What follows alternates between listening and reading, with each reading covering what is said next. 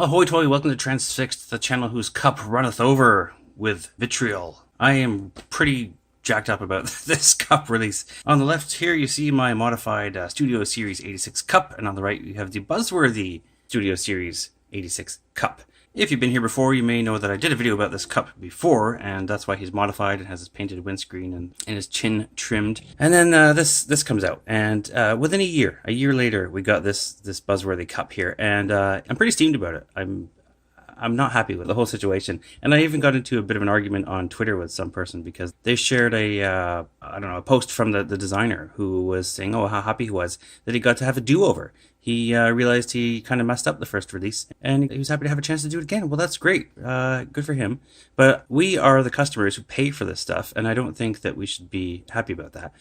Here's the exchange I had on Twitter about it. It was actually because of a swap. So obviously somebody is feeling frustrated about this situation. They've swapped the original figure for the Buzzworthy version because they didn't like having to pay for it twice, which goes to my point.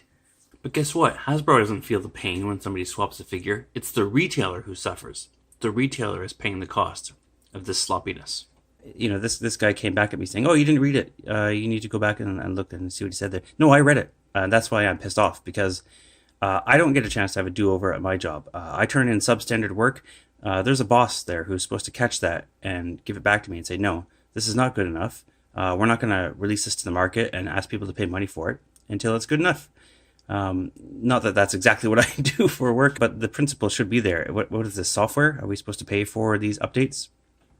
I mean, this was $21.99 when it was released, US dollars, and then this came out sometime in the following year for $24.99. So the price has increased as well, and it's a Hasbro Pulse exclusive, so you can only get it from Hasbro or Toys R Us if you're lucky to live in a country like I do where we have Toys R Us, and that's where I got this. This was my Father's Day gift, and I thought, great, well, at least I'm getting the new one. It'll be fixed. Maybe I'll I don't know, swap some parts around, but I'm just not happy with this whole situation.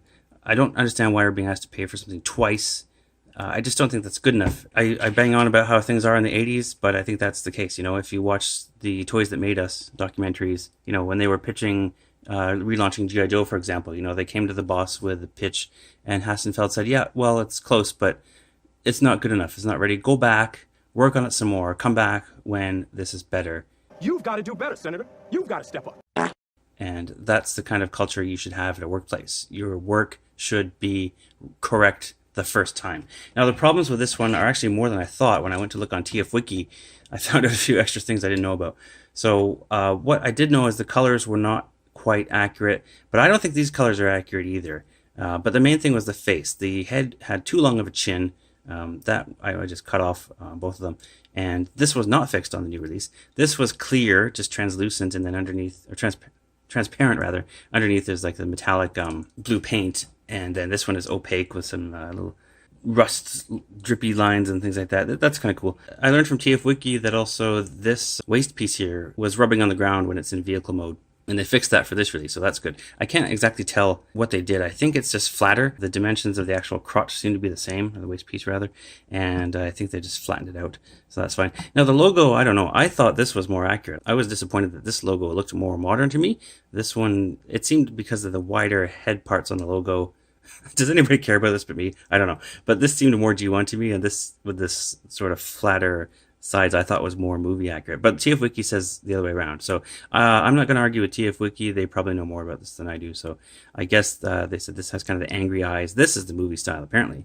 And this one is G1 style. So I don't know. I guess the toy stickers maybe do match up with this. I was thinking maybe the cartoon look of this, but I don't know. So I was thinking maybe swapping parts, and I may do that. In fact, that's what this video is going to be. I'm just going to swap some parts and show you what it could be like, but I just need to review what I did here and go through these changes. So the other thing was mostly this backpack thing here. The reason this is wrong, okay, see how the color, I should show this in vehicle mode. The color of the top here is this turquoise. It's too bright. It's supposed to be this color. So you can see how the vehicle mode is definitely inaccurate. And the reason being, which I learned, again, thank you TF Wiki, is because it was based on the character model that you can easily look up on Google image search. And I look at that all the time. And usually you get these Pinterest posts, right? And that was actually not an official character model. That was a fan version of the coloration. At least the colors were done by a fan. And that seems to be what this whole figure is based on. So that tells me that Hasbro employee did a Google image search, pulled up the Pinterest post and based it on that.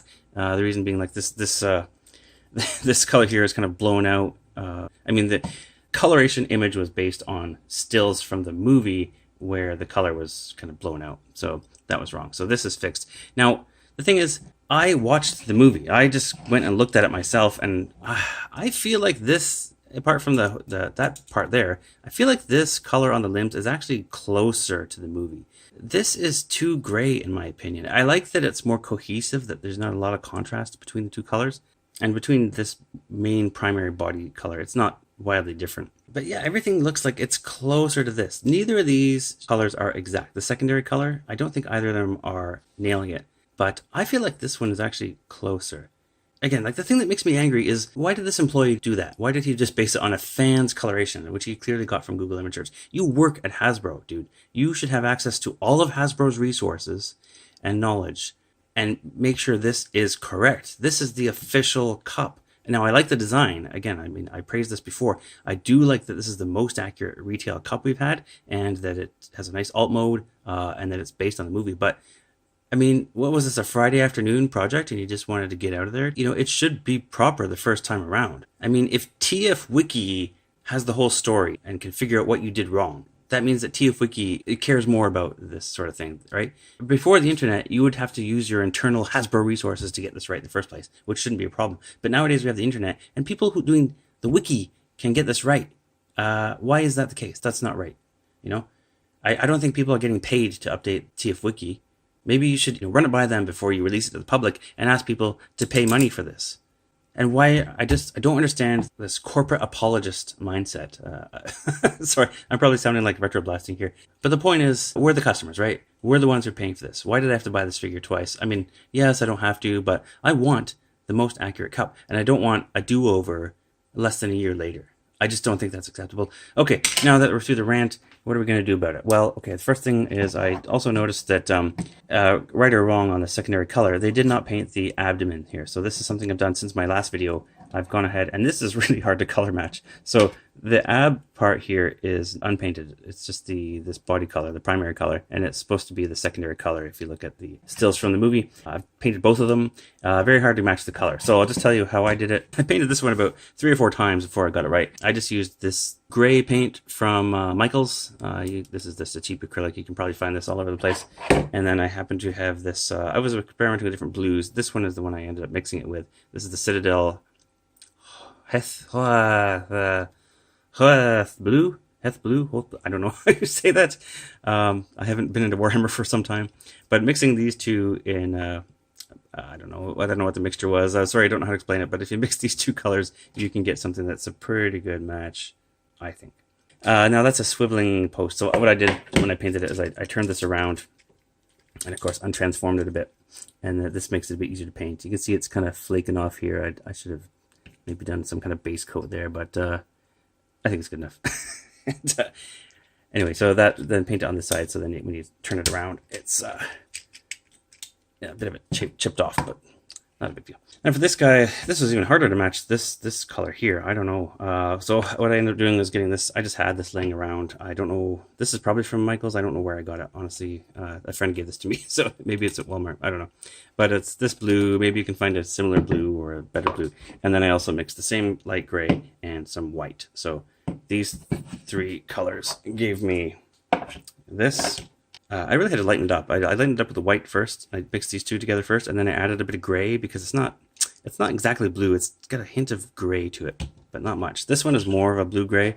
So for this one, just the blue and gray worked pretty well once I figured out that combination. Oh, you know what? I forgot to complain about the accessories. So these, of course, are color matched to the plastic. Now, the thing that also grinds my gears here is that on the original release, this was molded in transparent plastic, painted green, and then I was able to take a Sharpie just to color in this this transparent piece at the top to make it look like Energon, which has a nice little effect, I think. This one is opaque. This was molded in gray and painted green, and so the Energon is gray.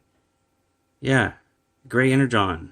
Nice job. They couldn't even add the paint. I mean, I guess it would be a different paint color to what they had, so I don't know, man. Why? I mean, I guess they can't mold it in transparent because they don't have any other transparent parts on this, but is that my fault?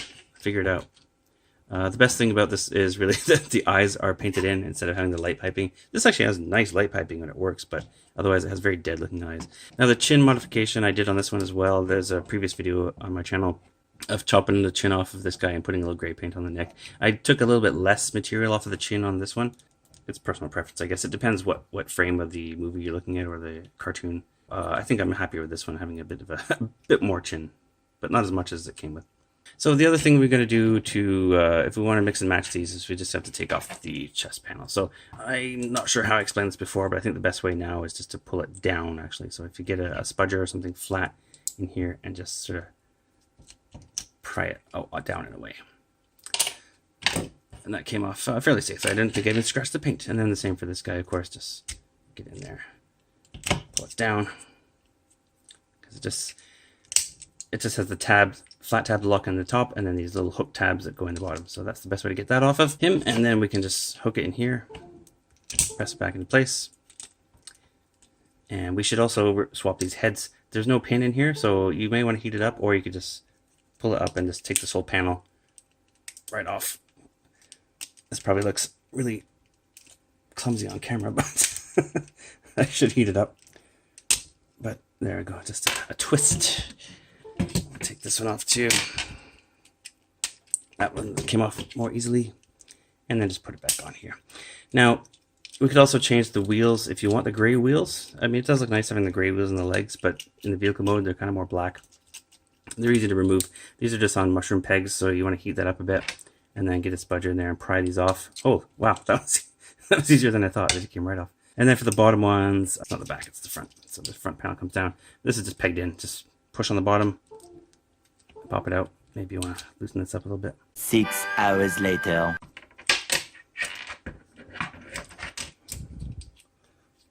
Honest, it's really easy. Ugh.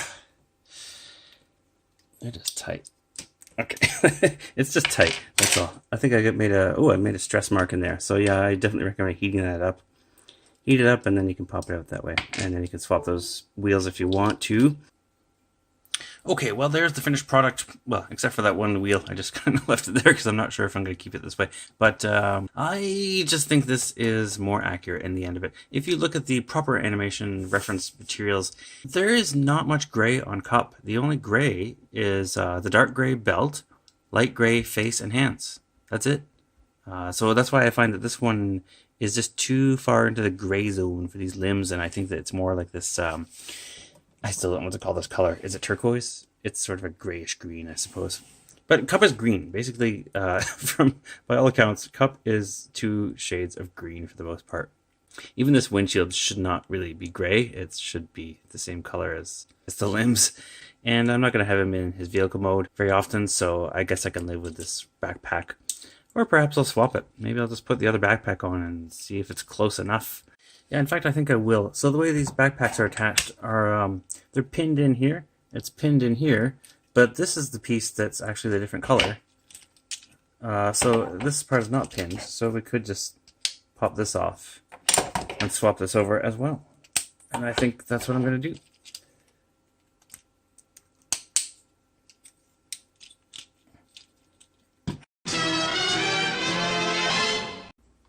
Okay, so here is the modified hybrid Kup in alt mode, vehicle mode, and I think that looks pretty good actually. So the only problem here is the inside of the shoulders, and perhaps I can mix up some kind of paint to cover that up. Okay, well I went ahead and painted the inside of those shoulders, and this one was a little bit easier to match, I suppose. And I just used the same type of paint, but the darker gray, graphite, and I mixed it with that same blue and a little bit of green. I used this Tamiya NATO green, which is like an olive drab, a similar type of green. I'm sure would work. Not a lot of green, mostly these two, about half and half with these two, and then a little bit of green seasoned to taste. And I think that ends up with a pretty good match to this. Again, this is from the Buzzworthy Bumblebee. The rest of it is the other one, but they're not very far apart. They're almost the same, pretty much the same plastic color. And I think that's a decent match. Just want to be careful I don't get too much on the edges, because that is the inside of the shoulders. You know what? I gotta change that windshield. I just cannot seem to leave well enough alone. I think this is be the last thing I'm going to do. Even though this is better, I noticed that looking at these animation reference materials, it's not supposed to be gray. It's supposed to be more of a turquoise.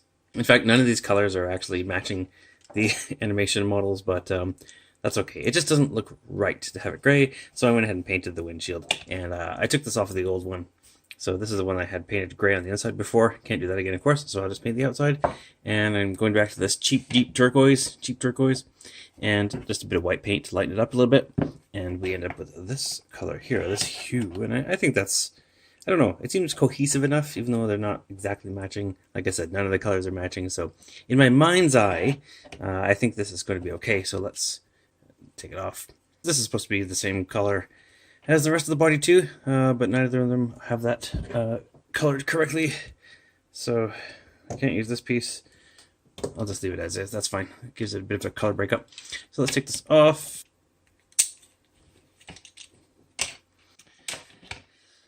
Okay.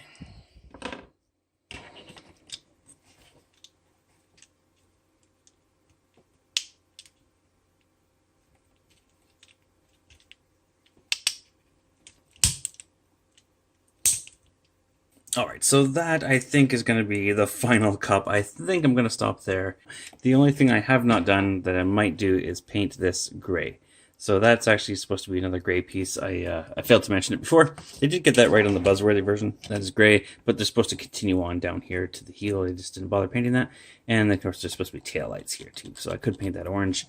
And I can't really wrap it around onto the feet because of the shape of it. So yeah, I might just paint that light gray, but I don't think I'm going to bother including it in the video. I don't want this to go on forever. Okay, let's get him into robot mode. Okay, there's our finished cup in robot mode. So I think the windshield looks a little better. There's the painted shoulder. Just keep in mind to watch the edges there. You can always take that off with a bit of water or alcohol if you get any overage like I did. And I think I'm happy with that. I think that's a good blend of cup parts to make him as animation accurate as I think it's going to get, at least with my skills. So there we are. And then we've got some leftover. Actually, there's a lot of leftover pieces now that I'm putting this windshield back on. There's a lot of leftover pieces on this Buzzworthy cup, but I'm going to steal his gun. I like the darker gray accessory. It gives it some contrast, and I'm going to use the original translucent Energon goodie dispenser. And what else did we take? So basically from the Buzzworthy version, we took only the head and neck, which you could also paint if you want to be more accurate. We took the back roof piece here, and we took the wheels. All four wheels have been changed now, and we took his gun, and we did some painting and some chin surgery, which I showed in the other video. Let's compare him with some buddies. Here he is with the Studio Series Hot Rod and the Studio Series Blur. Throw in a little wheelie, spike, Springer, Rodimus Prime. Looks pretty good. So I'm going to end it there. Again, I'm sorry for the saltiness at the beginning. Like I said, I just don't have any relationship with Hasbro or these companies, so I'm just giving my opinions on how I feel as a customer.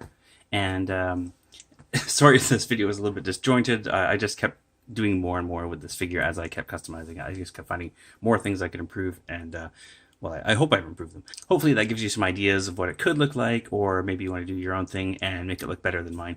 But I think that's pretty good for a cobbled together Franken Cup. So there's Cup and Cup Transfixed. Thanks for watching.